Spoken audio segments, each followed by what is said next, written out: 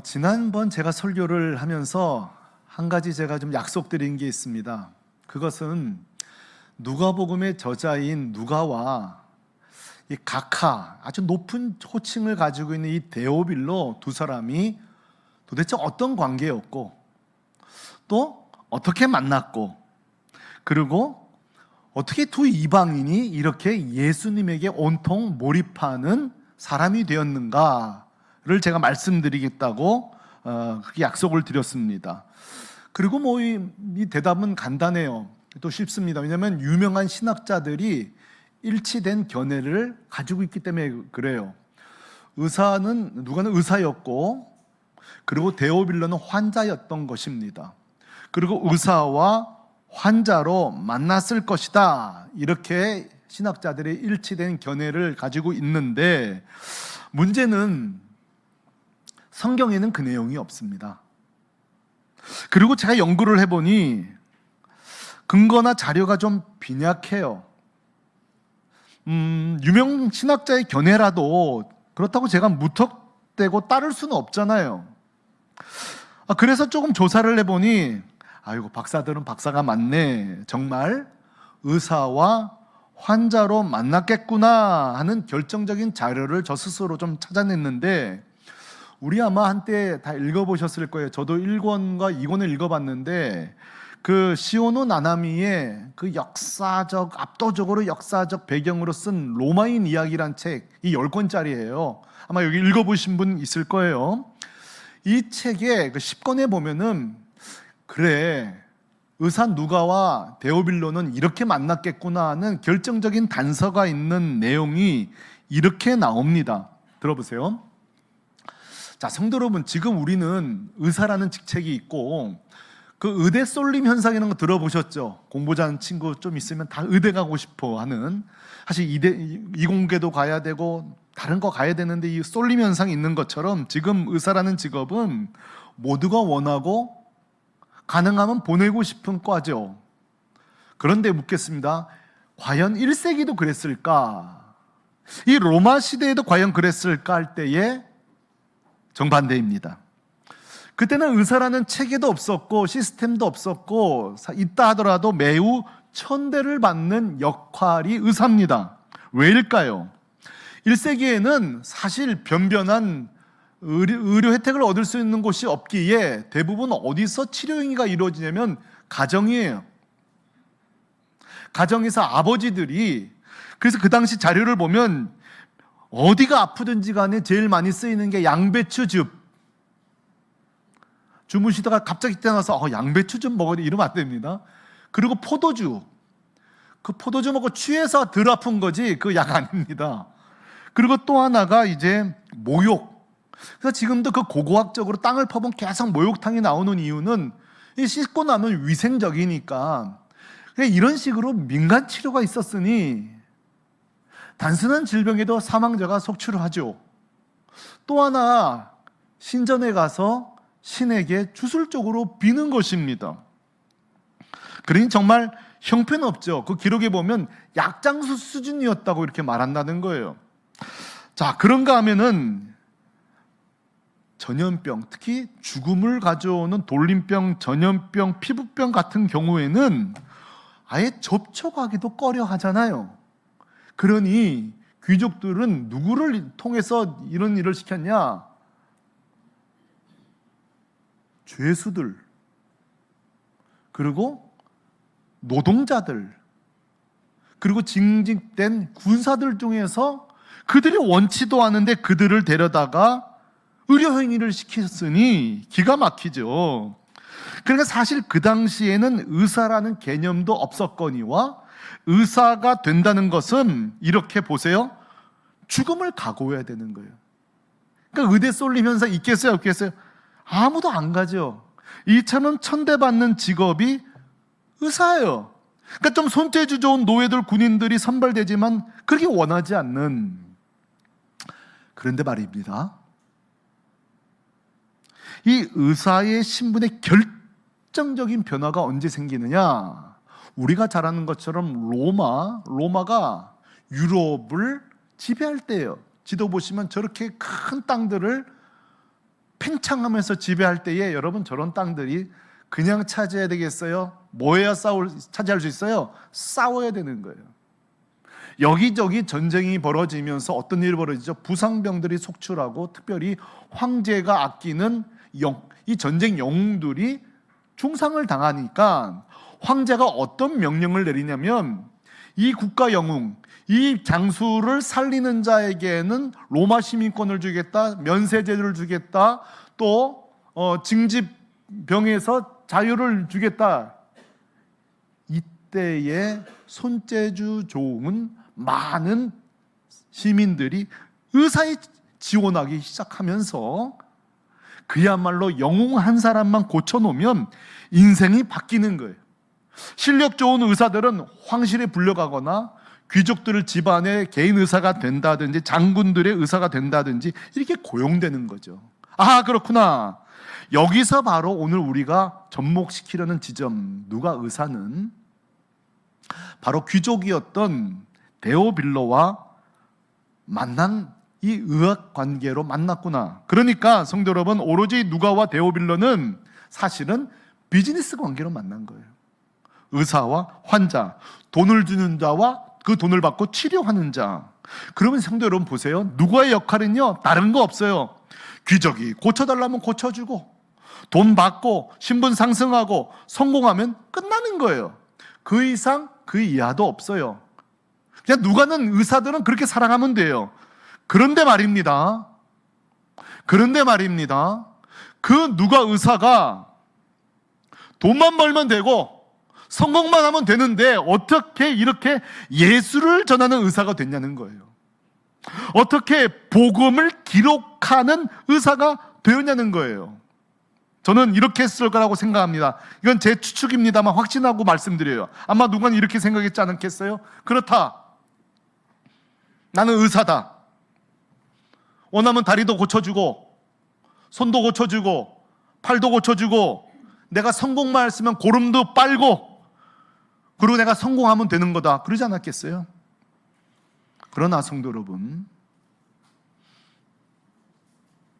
누가의 인생에 일대 큰 변화가 벌어집니다. 그것은 무엇입니까? 예수 그리스도를 만난 것입니다. 그 예수 그리스도를 만나고 자기가 오늘 읽었던 것처럼 그 근원부터 미루어 살핀 나도 그랬잖아요. 모든 것을 살펴본 결과 이르지 않았겠어요? 내가 의사지만 세상에는 못 고치는 병이 있다. 그 병이 뭐예요, 성도 여러분? 영원한 저주와 영원한 멸망을 가져다 주는 죄의 병, 이건 누구도 못 고친다. 그리고 누가가 발견한 것은 또 무엇입니까? 오로지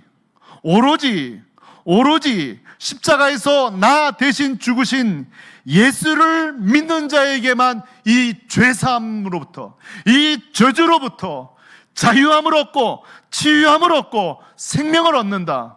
할렐루야. 누가는 진정한 치유자이신, 진정한 의사이신 저는 예수님을 만난 줄로 믿습니다. 더더군다나 보십시오. 오늘날도 마찬가지고 그때도 마찬가지고 의사 중에 남을 고치기 위해 자기가 죽는 사람이 있습니까? 혹은 선교지에서 자기 콩팥을 떼어줬다는 얘기 제가 들어봤습니다. 자기가 죽음을 각오하면서까지 혈액을 줬다는 얘기는 제가 들어봤습니다. 눈을 줬다는 말도 제가 들어봤습니다. 그러나 의사 중에 자기가 생명을 주었다는 얘기 여러분 들어보신 적 있습니까? 누가가 그 근원부터 미루어 살핀 내용 중에 안진뱅이를 일으키고 눈먼 자를 살리고 걷지 못한 자를 걷게 하고 그 모든 것에 보다 가장 놀라운 것은 자기 죽음으로써 자기 생명으로 우리를 살리는 참의사 그 예수를 통해 누가는 이랬을 거예요. 진짜 나 의사 아니구나. 영혼도 살리고 육신도 살리는 분은 오직 예수 그리스도밖에 없구나. 할렐루야. 주님을 만났다고 생각합니다. 그러니까 오늘 담대한 선포가 그러잖아요. 모든 것을 미루어 살핀 나도 확신이 있어요. 데오빌로 각하에게 선 차례대로 써 보내는 것이 옳은 줄 알았노니 아멘. 성도 여러분, 이 누가가 그냥 의사로서 억수로 운 좋고 실력 좋아 성공한 인생이 아니라 예수 그리스도를 만나 이제 주님 안에서 복음을 전한 의사로 만난 변화된 이 은혜가 오늘 2부 예배에 참여한 저와 여러분에게 있기를 주님의 이름으로 축원합니다. 성도 여러분, 참 성도는 누구인가? 참 성도는 누구인가? 다른 거 없어요. 참 성도 교회 나오고 출석하고 헌금하고 성경 끼고 다니고 그것도 참 성도인지 모르겠지만 누가복음의 공식에 의하면 참 성도는 딴 거 아니에요. 내가 죄인인 것을 인정하는 것이 참 성도입니다. 두 번째, 내 죄를 영원히 해결할 자는 오직 참 의사 되시는 내 영혼의 의사 예수 그리스도다 고백하는 자가 참 성도인 줄로 믿습니다. 한 가지 더요. 참 성도는 이 복음은, 이 예수는 결코 나만 알고 있으면 안 된다. 반드시 이 예수 그리스도는 반드시 전하져야만 한다. 확신을 가진 자가 참 성도인 줄로 믿습니다. 이 열방. 그러므로 성도 여러분, 이 누가복음은요, 그냥 논문 아닙니다. 그냥 정성 들여 쓴 책 아닙니다. 예수를 모르던 자가, 오로지 성공만 바라던 자가 정말 주님을 만나고 이 예수님, 당신도 믿어야 됩니다. 데오빌로뿐만 아니라 모두가 믿어야 됩니다. 가슴으로 쓴 성경이 누가복음인 줄로 믿습니다. 저는요, 요즘 이렇게 운전하다가 졸음이 자꾸 와요. 이렇게 운전만 하면. 그러니까 음악을 틀어요, 음악을 틀으면 노래가 나오는데요. 제가 좋아하는 노래가 있더라고요. 저는 사실 잘하는 노래보다 가슴으로 부르는 노래가 너무 좋아요. 제가 특히 좋아하는 가수가 누구냐면 그 아내를 잃고 부르는 노래가 있어요. 1부 때도 몰랐고 중간에 알아본다고 해놓고 또 모르고 올라왔는데 가수 이름 모르게 생각이 안 나요. 근데 저는요, 그거 듣고 있으면 눈물이 나요. 왜냐하면 저건 노래가 아니다. 절규다, 절규. 그 아내를 잃고 그 길고 긴 세월 속에 자기가 겪었던 그 슬픔들, 아픔들, 그거는 노래로 평가할 수 있는 문제가 아니에요. 리듬으로, 박자로, 기술로 설명할 수 없는, 이게 음악 하시는 분들은 알 거예요. 음악 하시면 알 거예요. 노래와 정말 그 안에서 터져 나오는 그 소리는 다르죠. 왜 외국인들이 우리 그 창을 듣고 가사도 모르는데 감동한지 압니까? 뭔가 한이 맺혀 있다는 거예요. 정확한 거예요. 그 가슴과 가슴으로 느껴지는 거예요. 그러므로 성도 여러분, 오늘 이 누가복음을 통해 누가가 우리 샘물교회 성도들에게 외치고 있는 메시지는 하나예요. 내가 이렇게 전하는 예수 그리스도 당신도 믿기를 바랍니다. 지금 누가가 말하고 있는 거예요. 그러면 제가 중요한 질문을 좀 해볼게요. 당시 모든 의사들이 누가처럼 다 이랬을까요? 모든 의사가 이렇게 누가처럼 예수 만나고 복음을 전한 자가 되었을까요? 천만에 만만해요. 제가 아까 말씀드린 의사들의 목적은요, 단 한 가지라니까요. 어떻게든지 실력 있는 의사가 되고, 어떻게든지 유명한 가정 고쳐서 그 집에 가정의사 되고, 로마 시민권 따고, 황제에게 인정받고, 금과 은 얻고, 그런 거 아니겠어요? 그게 목표예요. 근데 여러분, 예수님이 누가 인생을 바꿔놨어요. 황자를 추구하던 인생에서 예수를 추구하던 인생으로 바꾼 줄로 믿습니다. 로마 시민권을 추구하던 인생에서 천국 시민권을 추구하던 인생으로 바꾼 줄로 믿습니다. 부자, 금과 은 추구하는 인생이 믿음과 영생을 추구하는 인생으로 바뀐 줄로 믿습니다. 나는 이제 귀족들의 의사가 아니라 뭐라고 말하는 거예요? 지금 나는 예수를 증거하는 의사이다. 보세요. 직업은 안 바뀌어요. 의사라는 직업은 그대로 있어요. 근데 뭐가 바뀌었어요? 방향이 바뀐 거예요. 삶의 방향이. 성도 여러분, 예수 믿었다고 직업 바꿀 필요 없습니다. 뭐 예수 믿어도 다 목사 되실 필요 없어요. 직업은 우리 삶의 수단과 방법이죠. 그러나 여러분, 성경은 우리에게 묻고 싶은 것은 그 직업을 통해 어떤 목적을 살 거냐 할 때 이게 방향인데, 누가는 예수 믿고 뭐가 바뀌었어요? 나는 의사로서 참 영혼까지 고치시는 예수 그리스도를 증거하는 복음의 의사로 방향이 바뀐 줄로 믿습니다. 성도 여러분, 우리에게 삶의 방법만 있고 혹시 방향이 없는 분 계십니까? 지금 우리가 자녀들을 그렇게 좋은 대학 보내고 좋은 결혼을 하고 싶고 좋은 직장을 이직하고 싶은 목적이 뭡니까? 우리가 지금부터 더 나아져서 그 다음에 우리는 어떤 삶을 살 것입니까? 여러분 기억하십시오. 우리가 더 윤택해지고 편안해지고 시간이 더 주어지고 물질이 더 넉넉해진 그 순간에 오히려 남는 시간이 더 죄의 시간이 되진 않나요? 시간이 많다고 해서 그게 거룩하게 우리가 쓰게 됩니까? 물질이 많다고 더 거룩하게 쓰게 됩니까? 그러고 보면 하나님은 우리에게 맨날 속고 있는 거예요. 하나님 우리한테 맨날 속아. 이거 도와주세요. 이거 해결해 주세요. 이거 해결해 주세요. 근데 우리는 응답 후에 더 충성됩니까? 더 주님을 사랑합니까? 천만에 그렇지 않아요. 하나님 우리에게 속고 또 속아요. 사실 속는 게 아니에요. 기다리시는 거죠. 죄를 지어도 비를 주시고 먹을 걸 주시고. 성도 여러분, 우리가 하나님과 틀어져 있는데 내 삶이 평안하다? 그거 절대 축복 아닙니다. 그거 축복 아닙니다.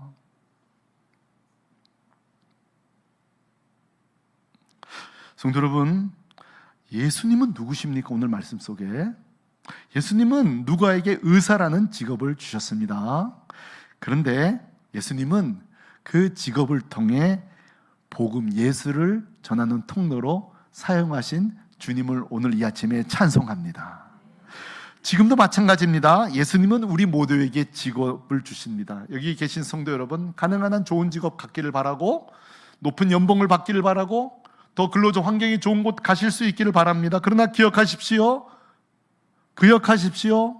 하나님께서 우리에게 원하시는 것은 어떤 직장으로 갔느냐가 아니라 우리가 그 직장 속에서 그 직업을 가지고 그 기술을 가지고 그 라이센스와 그 영향력과 그 특권을 가지고 어떻게 사느냐를 주님은 보신다는 것을 잊지 마시기를 바랍니다.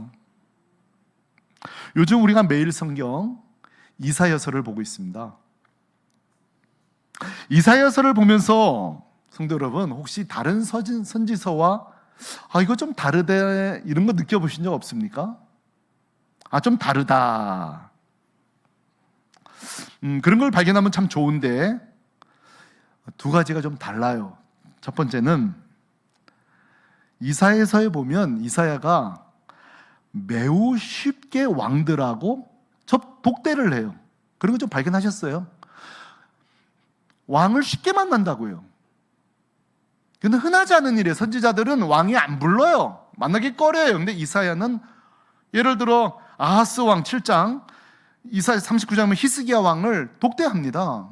두 번째, 왕실에서 벌어지는 일을 비교적 소상히 알고 있습니다. 깊이 알고 있고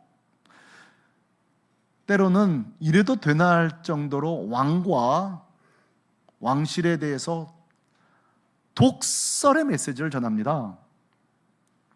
어떻게 이럴 수 있을까가 볼 때 탈무드가 그 답을 좀 풀어줘요. 탈무드에 보면 이 이사야를 남유다 9대 왕 아마샤의 친형제로 보는데 거의 유다학자들과 신학자들이 동의합니다. 그렇다면 이사야는 누구예요? 왕족이에요.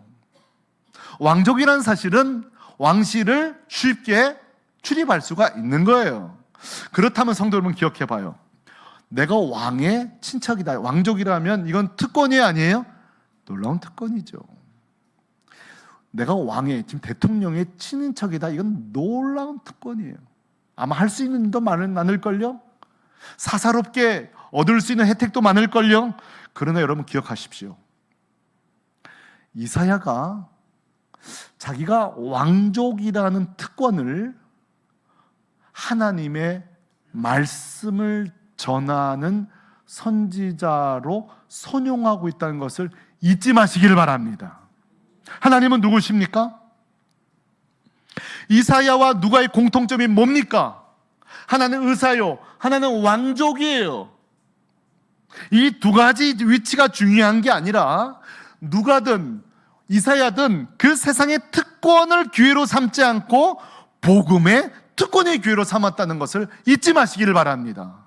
성도 여러분, 그러면 오늘날 모든 성도들이 이렇게 살고 있을까요? 오늘날 모든 성도들이, 모든 목회자가 막 총회에서 교단에서 높아지고 우리 성도들이 직책이 높아지고 부유해지고 넉넉해지면은 그 특권을 전부 다 복음의 기회로 삼을까요? 어때요? 천만에 그렇지 않습니다. 그래서 저는 이렇게 말하고 싶어요. 누가 그리고 이사야 자신의 특권을 기회로 쓰지 않고 복음을 쓰는 자들은 그게 뭐냐? 하나님의 은혜입니다. 왜요? 우리의 죄성은요, 특권을 얻으면 그 특권을 복음을 위해 쓰지 않고 우리 죄성은 더 특권을 얻으려고 합니다.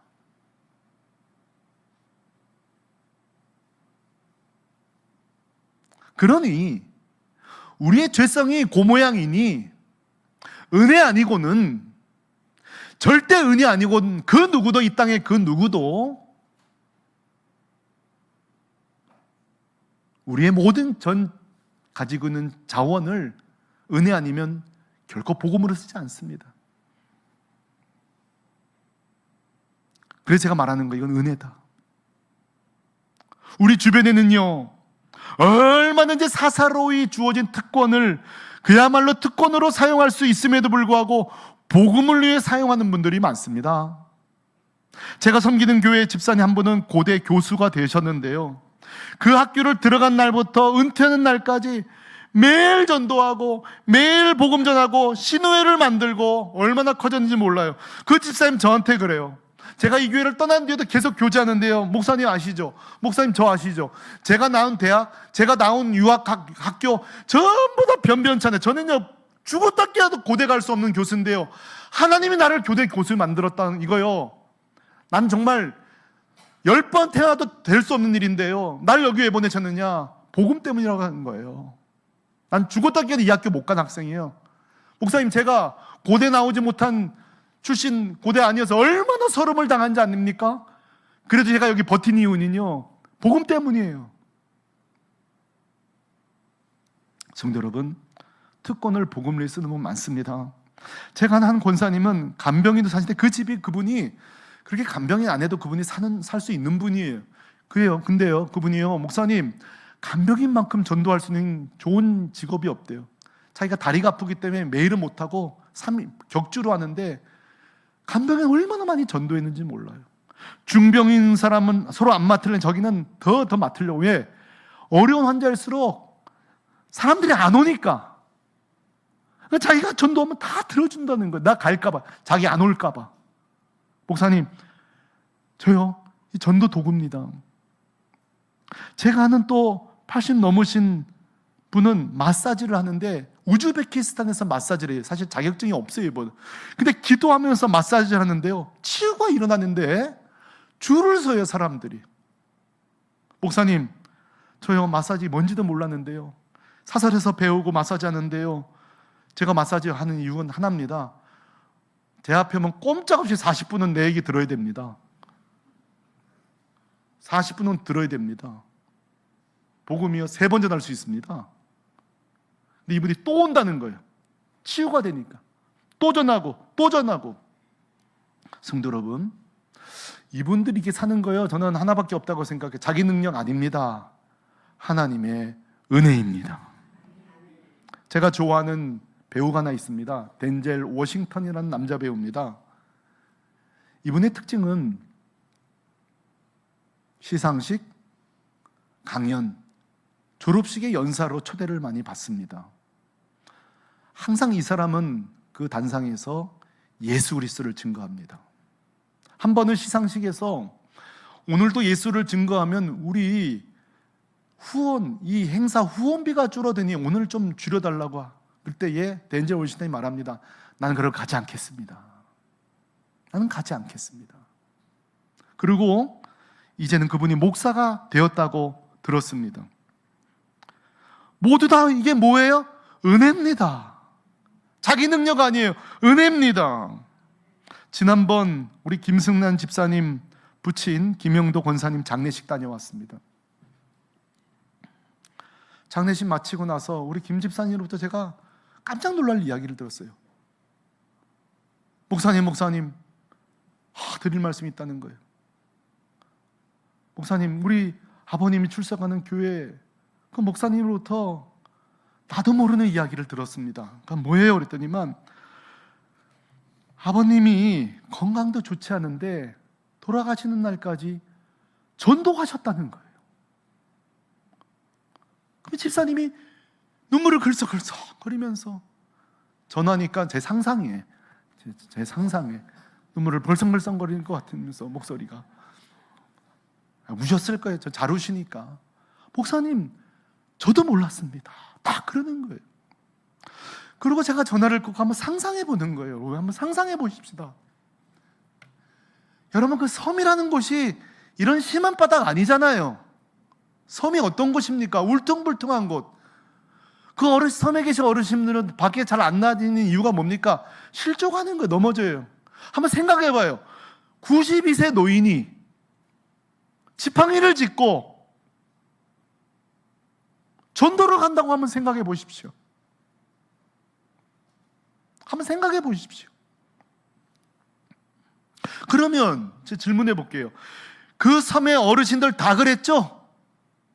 다 그렇게 살까요? 그러면 왜 92세 김영도 권사님은 그렇게 살았을까요? 은혜입니다. 이게 은혜예요. 너무 놀라운 은혜예요. 1부 때도 말씀드렸는데 우리 김승남 집사님 자랑스러운 아버지 두셨습니다. 그게 중요한 게 아니라 집사님도 그렇게 사시기를 바랍니다. 그래서 제가 다음 달부터 영등포 노숙자 예배 집사님 데려가기로 했습니다. 그 가진 은사, 그 노래 멜로디가 또 거기랑 잘 맞아. 이게 또 이게 무슨 잘 맞아요. 한 2곡 부르면 다 눈물바다 될 것 같아요. 집사님 어떻게 가실 겁니까? 목사님 가겠습니다. 집사님은 그렇게 사셔야 돼요. 아버지가 그렇게 인생을 마무리하셨으니까 집사님 그렇게 사셔야 돼요. 그러면 묻겠습니다. 김승란 집사만 그렇게 살아야 됩니까? 누가만 그렇게 살아야 됩니까? 덴젤 워싱턴만 그렇게 살아야 됩니까? 아닙니다.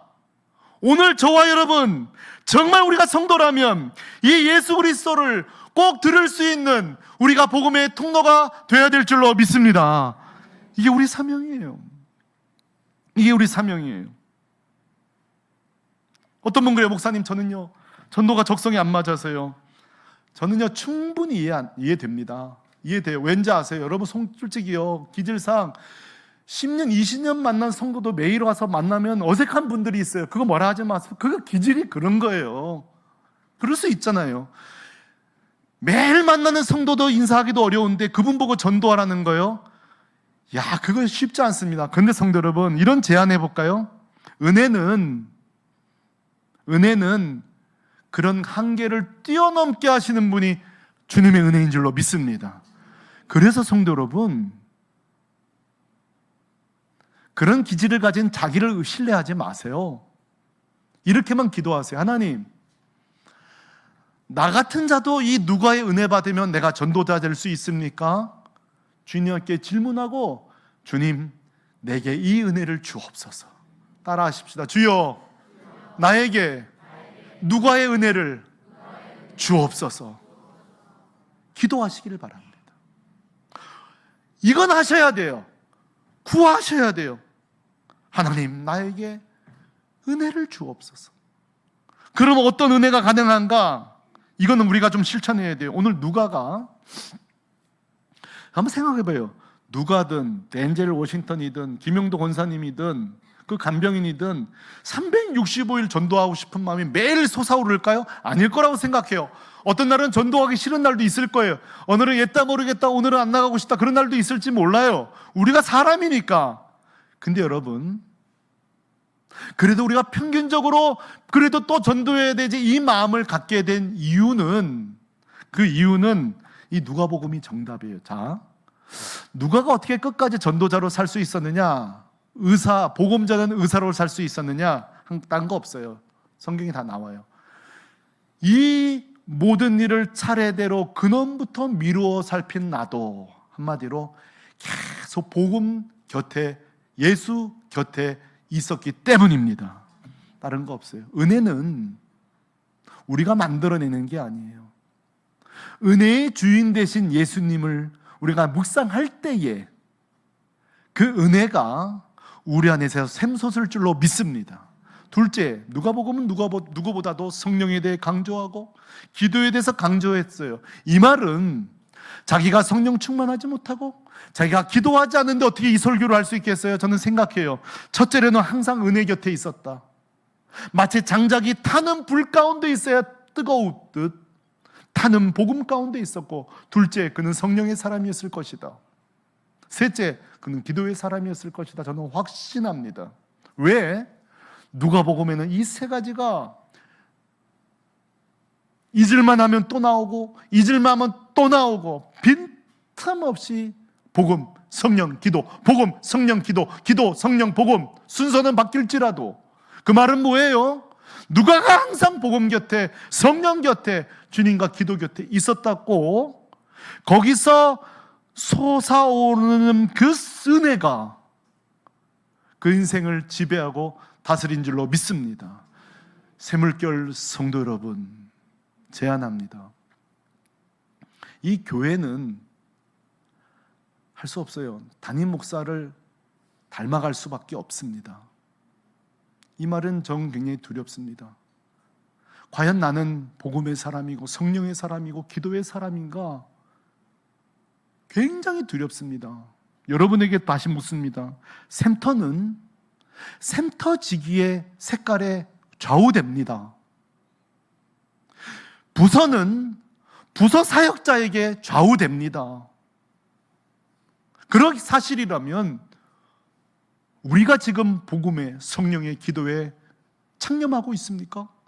그래서 우리 교회가 정말 이 누가복음을 보고 희년이라면서요, 복음으로 자유케 되자면서요, 정말 우리가 그렇게 걸어가고 있느냐? 설교하는 제가 하나님 앞에 다시 정신 차리려고 합니다. 여기 계신 우리 성도 모두 이 은혜, 한 의사를 복음의 사람은 이 은혜를 사모하고 구하는 가운데 우리 새물결 전 성도가 한번 복음으로, 이 은혜로 깨어나게 되기를 예수 그리스도의 이름으로 축원합니다. 축원합니다. 축원합니다.